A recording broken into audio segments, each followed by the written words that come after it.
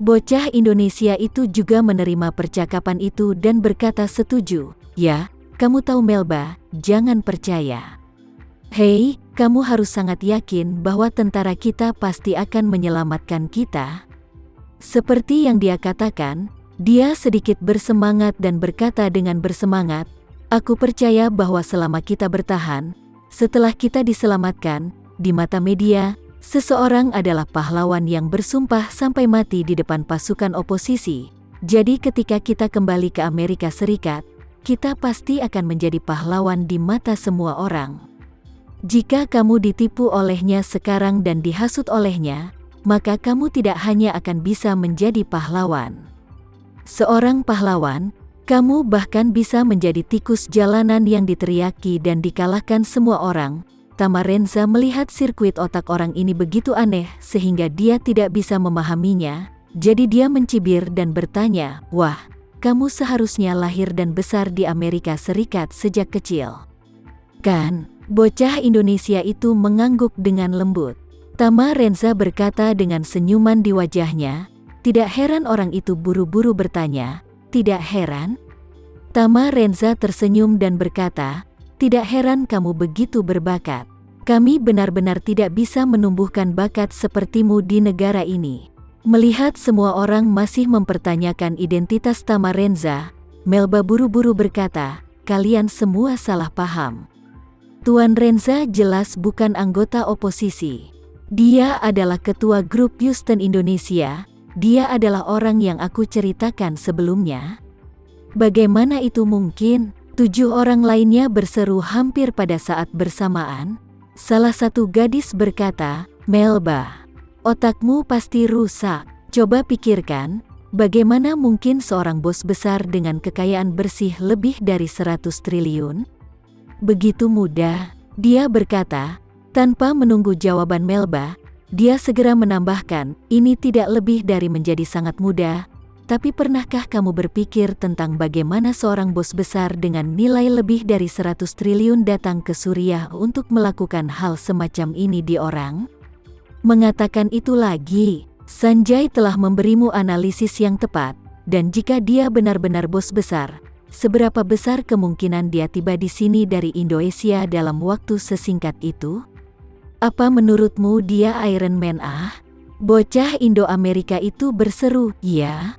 Melba, jika dipikir-pikir dengan hati-hati, kamu belum pernah melihat Tuan Tama, jadi bagaimana kamu menilai orang ini adalah dia? Aku menduga orang ini mungkin telah meretas ponselmu, kata Sandi, periksa riwayat obrolanmu, dan temukan kekurangan ini, jadi dia berpura-pura menjadi Tuan Renza untuk datang dan berbohong kepadamu. Melba menggelengkan kepalanya dan berkata dengan tegas, aku yakin dia adalah Tuan Tamarenza. Tadi aku tidak memberitahunya apa sebenarnya dia.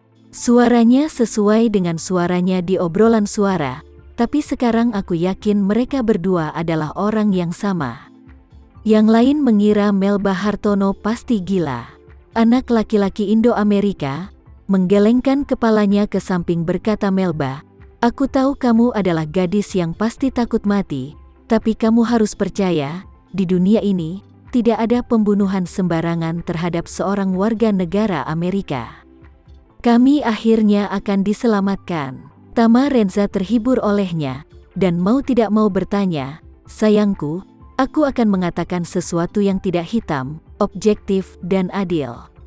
Ada berbagai penembakan di Amerika Serikat sepanjang hari, dan itu akan mengakibatkan beberapa, bahkan puluhan kematian orang tak berdosa.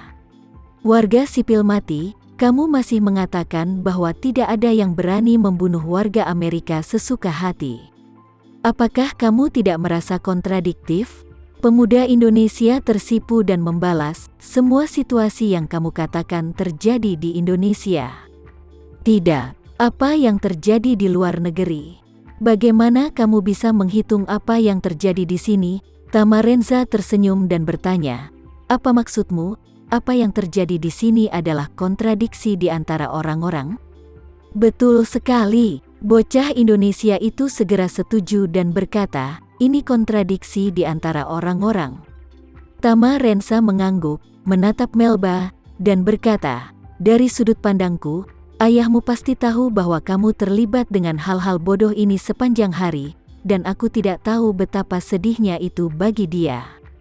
Ekspresi Melba sangat memalukan. Dia juga merasa teman-temannya biasanya lebih pintar dari yang lain.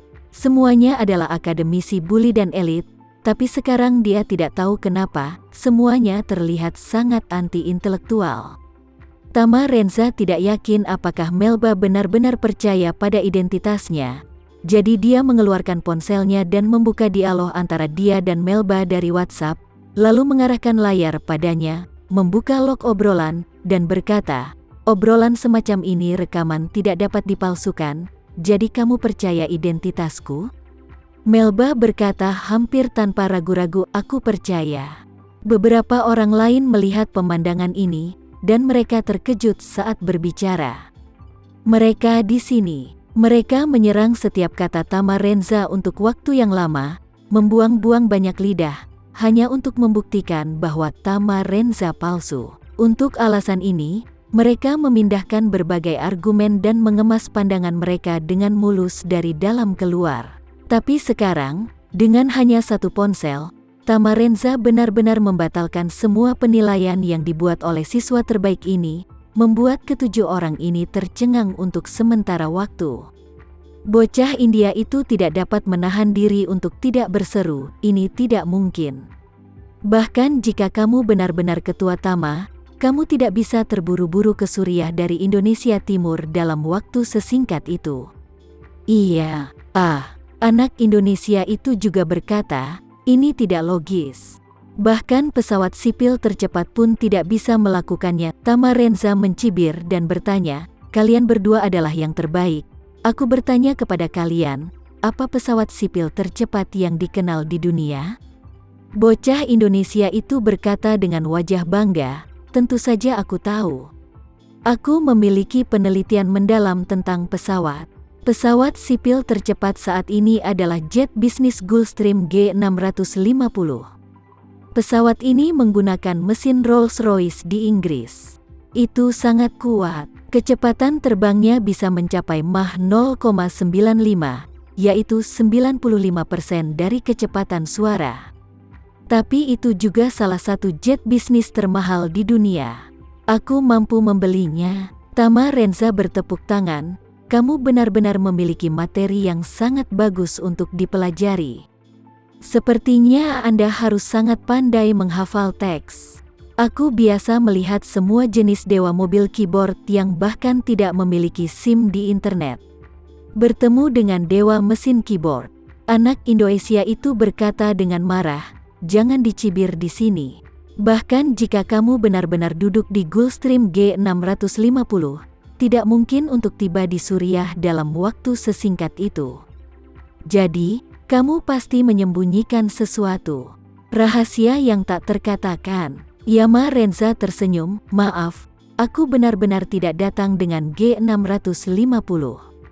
Karena itu, Tama Renza menyembunyikan senyumnya dan berkata dengan tenang, "Aku di sini dengan pesawat Concorde." Concorde. Ketika Tama Renza mengucapkan 4 kata ini, semua orang tercengang. Siapa yang percaya bahwa legenda dan raja super kecepatan penerbangan sipil Concorde yang berakhir 20 tahun yang lalu masih beroperasi sekarang? Bocah Indonesia itu tanpa sadar tertawa dan berkata, "Kamu benar-benar tahu bagaimana mengatakan bahwa Concorde telah lama tidak digunakan. Sekarang tidak ada maskapai penerbangan di dunia dan memiliki kecepatan supersonik yang beroperasi. Apakah kamu pikir kita ini bodoh?" Tama Renza menggelengkan kepalanya dan menertawakannya. "Oh, aku benar-benar tidak mengerti diriku sendiri, apa yang sering kulakukan denganmu?" Setelah selesai berbicara, dia melihat ke arah Melba, berkata, "Situasinya mendesak sekarang." Sekian dulu ya video kali ini, kita lanjutkan lagi videonya di lain waktu. Oh iya, bagaimana menurut kalian? Semoga bisa sedikit menghibur kalian semua. Untuk teman-teman yang baru nonton, jangan lupa subscribe ya, hehehe. Dan kalau teman-teman ada yang ingin gabung langganan bisa langsung gabung saja untuk dapat fitur yang menarik dan sedikit membantu Mimin. Terima kasih banyak sudah menonton, sampai jumpa lagi, bye.